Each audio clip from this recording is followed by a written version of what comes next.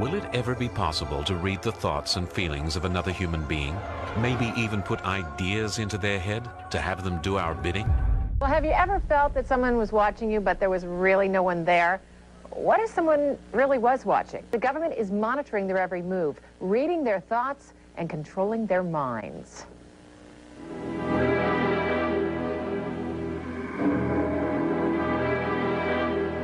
It's an entire program. It's a stalking, harassment, surveillance, torture.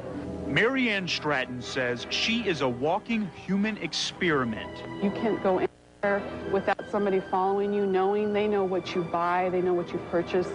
At this rally last summer, Stratton and others explained how the government monitors their thoughts through ultra-frequency radio waves sent by any energy source directly to the electromagnetic waves in their brains. And like I said, they can tune it to any human that they want in this country, just like a radio frequency, an FM, like an FM station. The ultimate weapon in the info war would be so secret, so invisible, so undetectable, you would never know your mind was under attack.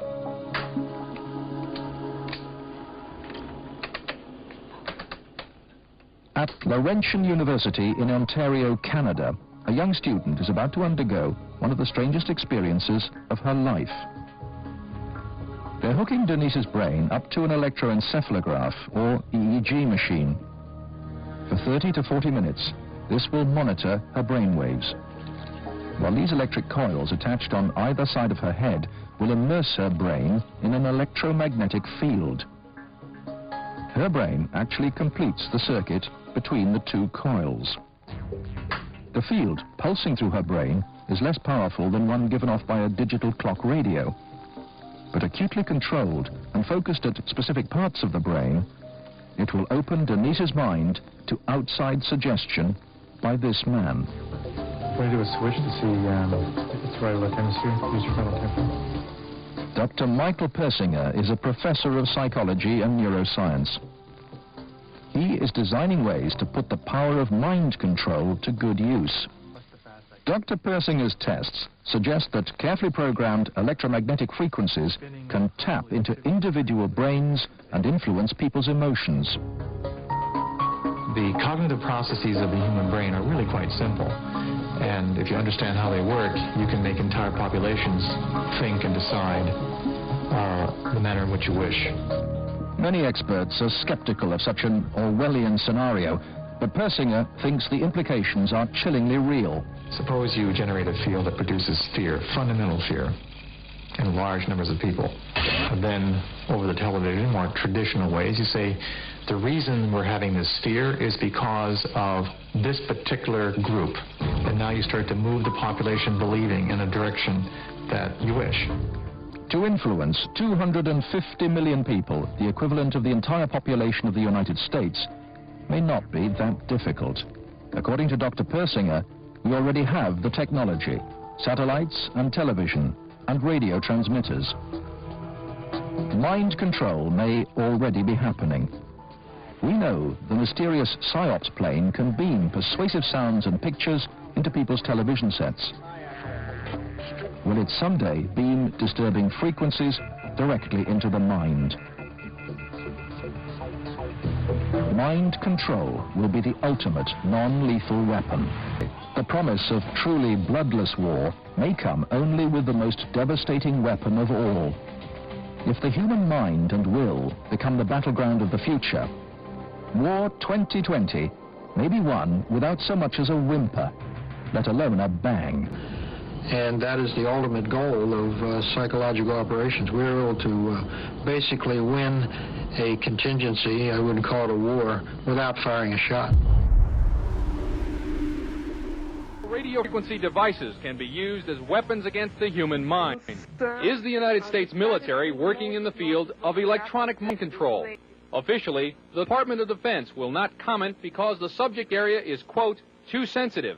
But CNN has learned from this government scientist, who did not want to be identified, that a Navy laboratory conducted research into the use of an RF device for counterterrorism and special operations. 24 people mysteriously fell ill last year while working at the U.S. Embassy in Cuba. Now, doctors say they found strange changes in the brains of those victims, according to the Associated Press. The 24 embassy employees and their spouses suffered damage to their hearing, vision, balance, and memory starting last year in Havana. Officials thought the workers had been subjected to sonic attacks, as they reported hearing loud sounds in their homes or hotels that made their ears ring. The AP reported Wednesday, December 6, that medical testing found physical changes in the victims' brains, specifically regarding their brain's white matter, which transmits information between cells. Doctors are unsure how these changes were made to the white matter. The study also showed that RF signals could dissolve certain types of rat brain cells at a distance, causing disorientation and nausea. According to the scientist, even though the program was successful, the government never followed up on it. Dr. James Frazier did electromagnetic research for the U.S. Air Force for many years. At one time, he proposed a battlefield RF weapon system. You could make an antenna that would be carryable by a helicopter, and that this could be expected to produce a wide variety of symptoms, actually, by humans who happen to be standing in the beam.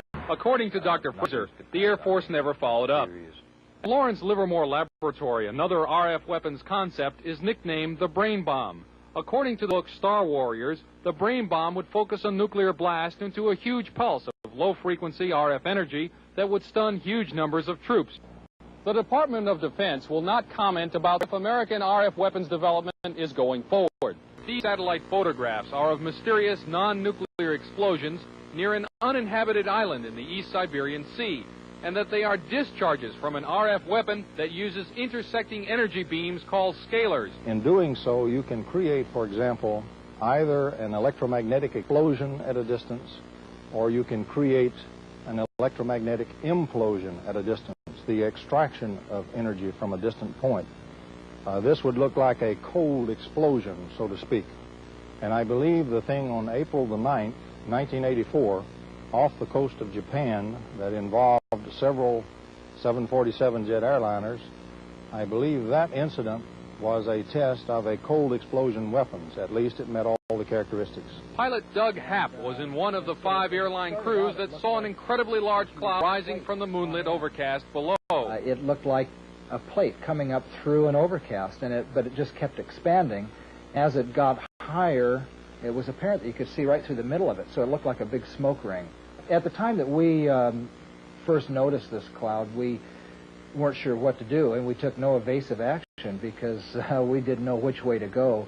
And I think eventually we either ran through it or it completely engulfed us. Happ says when his flight reached Anchorage, Alaska, it was checked for radioactive contamination. None was found. Dr. Bass and others feel the most likely form of RF weaponry would be high-powered microwaves, similar to a focused, ultra-high-intensity radar beam. It would literally cook humans and knock out computers and electronic surveillance and communications gear.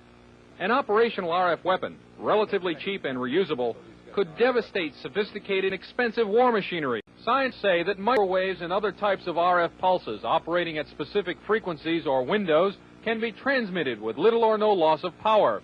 Machines known as gyrotrons can produce massive pulses needed to drive these devices. That's remarkable. But not as remarkable as a real-life experiment where I was the subject of a prototype device designed to project images into the mind without electrodes. The prototype machine, developed from Soviet scientific data, could, according to some scientists, have a profound effect as a weapon of war. Electronic mind control research is not new. A scientific milestone in this area came in the 1960s when Dr. Jose Delgado demonstrated remote control over a charging bull. By connecting a radio antenna to electrodes inserted into the bull's brain, Delgado proved that the animal's aggressive impulses could be thwarted by electronically manipulating the bull's muscle reflexes. Do you realize the fantastic possibilities if from the outside we could modify the inside? Could we give messages to the inside? But the beauty is that now we are not using electrodes. In recent years, Delgado has shown that the behavior of monkeys can be altered using low-power, pulsating magnetic fields. But in these experiments, there were no antenna implants. Any function in the brain, emotions, intellect, personality, well, be perhaps modified by this non-invasive technology.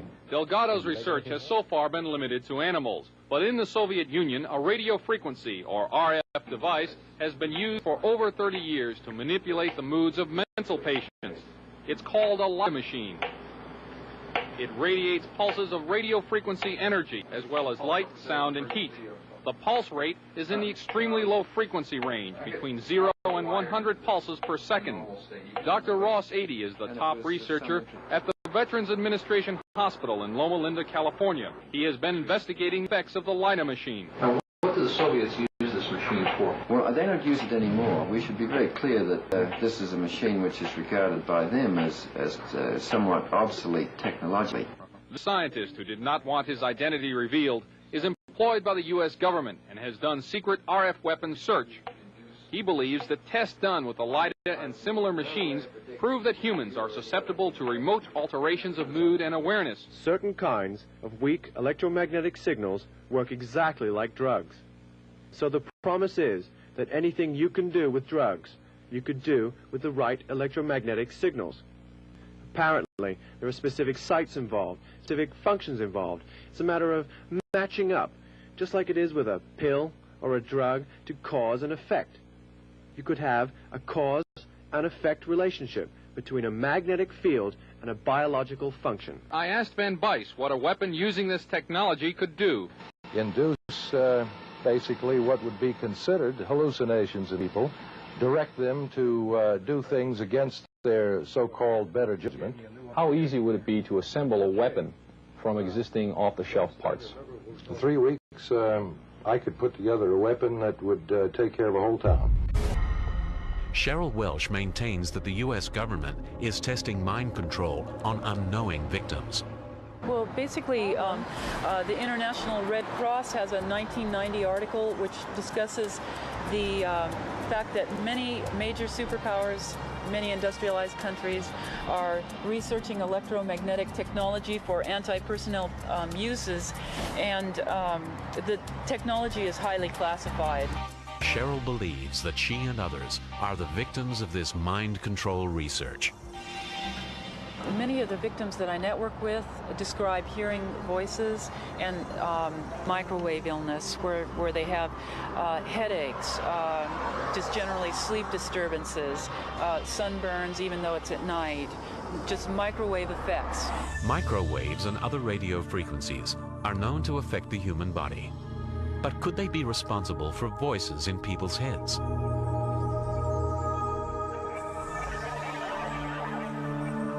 In Chicago, Illinois, a world authority on microwave hearing shows how it could work. I'm hearing a microwave pulse like a click. Now it sounds like a chirp with a tonal quality to it. Professor James Lynn is hearing sounds that aren't there. But he's not crazy. Pulses of microwave energy are being generated and fired at him from behind. Microwaves can be heard depending on the individual, depending on the hearing acuity of the individual. Individuals with a fairly normal hearing can hear microwaves at quite a low level. Voices. That's how they get you. The spooks have developed a technology called synthetic telepathy. Sounds like ghosts inside of you. They beam a frequency at you and let your skeleton conduct the voices like an antenna. They've targeted individuals for experimentation. The energy of the absorbed microwaves causes brain tissue to very slightly heat up and expand, causing a pressure wave to be picked up by the hearing mechanism in the inner ear. Brain is an electrical organ. It is susceptible to electrical signals. Since microwave is electrical, therefore, in principle, one could embed or encode information in the microwave signal such that it could be perceived by the brain. Jesse Ventura has his doubts that the HAARP antennas can broadcast radio waves that influence people's thoughts. But Nick Begich is prepared for the skeptics. Now, Dr. Nick Begich is showing him how the HAARP transmitter can send a signal directly to his brain. Wow. So what did you hear? Well, I heard music, right. But it's strange because I listened to try to figure out where the music was coming from, and it seemed like right here. Right. It sounded like I was hearing it almost through the top of my head or my forehead. Right. In the case of a microwave auditory effect, is the source is electromagnetic. So if you expose the biological tissue to a pulse of microwave energy, the tissue expands and induces a vibration. Instead of going through the middle ear, the microwave-induced vibration gets propagated to the inner ear directly, and at the inner ear is converted to electrical impulses again. And in this case, and the vibration in the human tissue, if the tissue is the head, for example, will fall within the auditory range of the human. It's not new. I realize that nothing we've been doing is new. We haven't been tapping into new areas of the brain. We've just been awakening the most ancient. This technology is simply a route to powers that conjurers and alchemists used centuries ago. Living earthlings, neural pathways are inspected mandatorily and connected using voice to sculpt telepathy, absorbing data fingerprints to play us back like instruments, manipulating us just like what puppets of ventriloquists. Remote controlling human beings like Ouija boards, coursing through the veins of circuit boards, record the sound of every vocal cord. Moving exponentially towards a singularity. Eventually we won't distinguish magic from technology, and robots will unplug from electricity, no longer using batteries but powered like a golem using alchemy. It's the age-old lie, the promise of utopia, the carrot on the stick, the empty cornucopia, technological hive mind dystopia. Or will it rise is a time of robophobia? It's the age-old lie, the promise of utopia, the carrot on the stick, the empty cornucopia, technological hive mind dystopia. Or will it rise is a time of robophobia? So we manipulate genetically our DNA collectively, infecting every living organism and